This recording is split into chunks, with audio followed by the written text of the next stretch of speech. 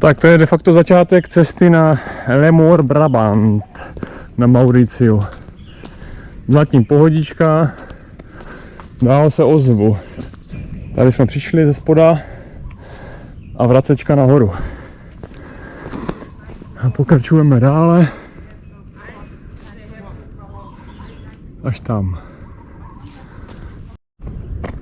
Další rozcestí a jdeme tady doleva.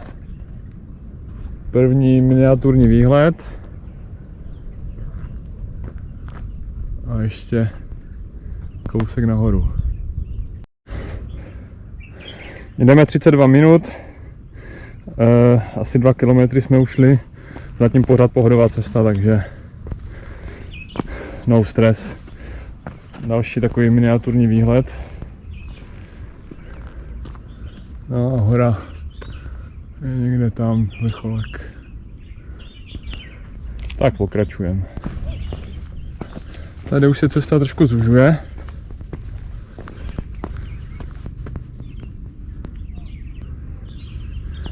A už za chvíli začnou takové menší srázy asi. Začne se to víc otevírat za chvilku, no. Uvidíme dál. Zatím jdeme 38 minut, 2,5 kilometru a údajně to má nějakých 3,5, tak by se to mělo, si myslím, teďka zásadně zvedat. A už se to asi začíná zvedat. Šmrkneme se ještě dál. A jo, tady už se začíná, už tam začínají nějaké schůdky.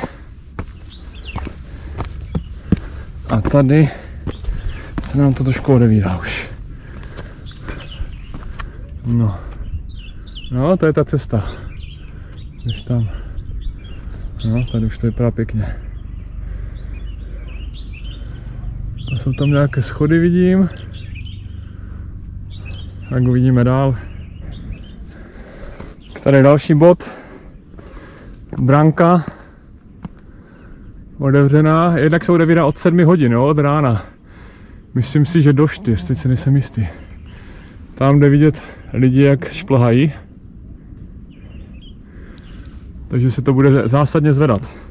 A údajně, pokud je ta bránka zavřená, tak by se to mělo dát tady někde bokem prolézt. Pokud to neopravili teda. Jo, neopravili. Takže dívejte se. Ukážu vám to. Tady je díra. Jo, tady se to dá krásně prolézt.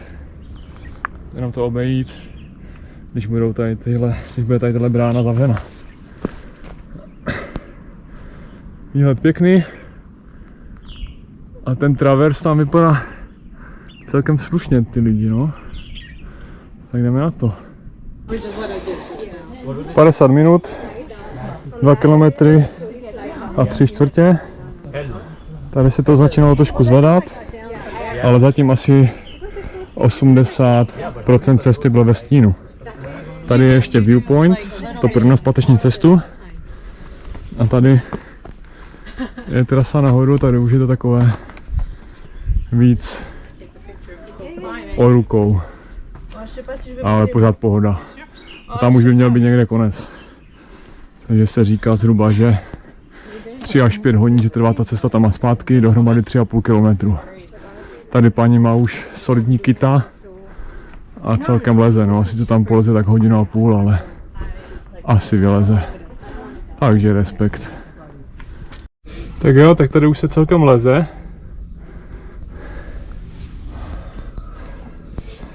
A je tohle závěrečná pasáž, no. A říkám, tam neborka, co má říct jak štýrský valách. Zatím leze, ale podle mě to vzdá, protože tady už je to hardcore celkem. Tady už jako musím použít ruce, no. Láska už je nahoře. No, tak ta předchozí pasáž, co jsem natáčel jako posledně, tak byla asi nejtěžší. Je to tam dost příkré, ale je to třeba 5 metrů takhle jako hrozné. A tady už je první asi taková pořádnější vyhlídka. Někde by měli trošku vidět takzvaný podvodní vodopád. kde to je taková optická iluze a vypadá to, jako by ten vodopád stékal v moři. Ale myslím, že to je na druhé straně. Tady už je vrchol, tam už vidím lidi tady v tomhle místě, takže tohle ještě vylézt. Pohodovým tempem relativně za hodinku zatím. No tak ta hodinka a půl by mohla být reálná. Takže jdeme pokračovat dál. Tak si mám tady kousek natočit, kam to půjde. Tady se přišlo. No.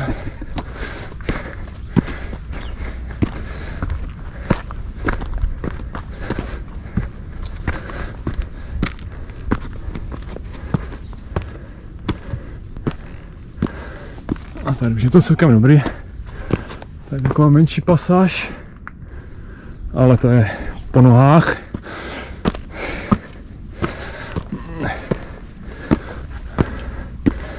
Hop, hop, hop, hop, hop, hop, hop.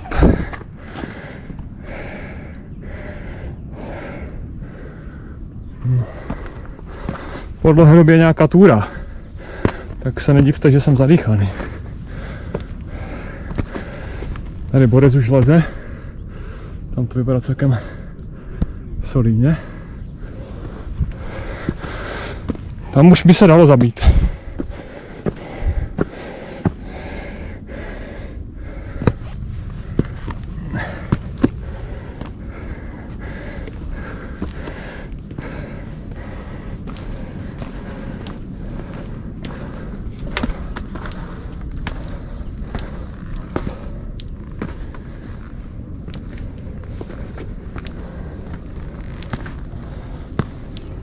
Hop, hop, hop, hop.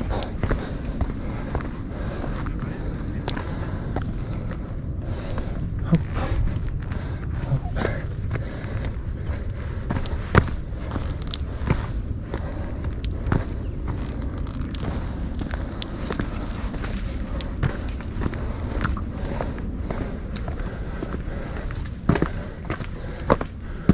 No, tak co? Jak to vypadá? Vypadá to dobře? Vypadá to modře.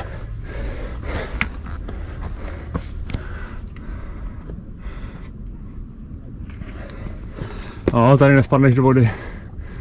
To je kryté. Let's go. Tak další úsek za náma.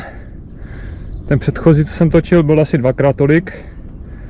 A tady zase výhled.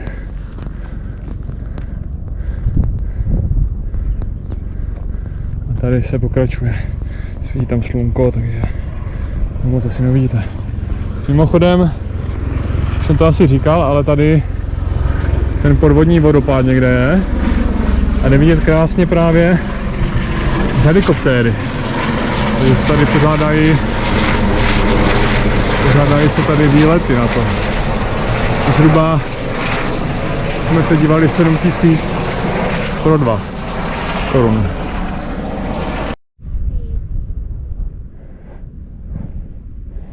No a podle mě tohle je závěrečná pasáž už.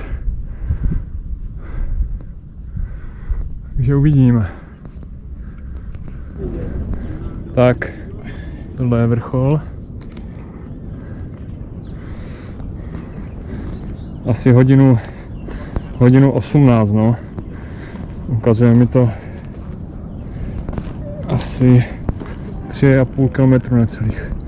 Tady, jak se to stéká, to vypadá, tady je ten vodopád teda, ale jde vidět jenom z vrchu. Jakože z vrchu.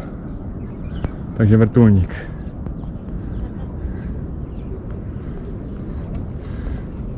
Až na dvě části, 2 úseky, tak jinak se to dalo, no.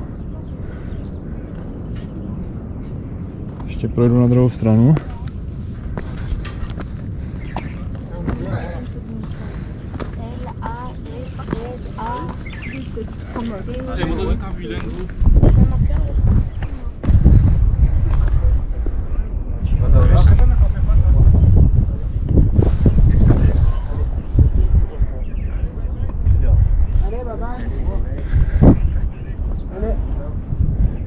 Takže tak, konec.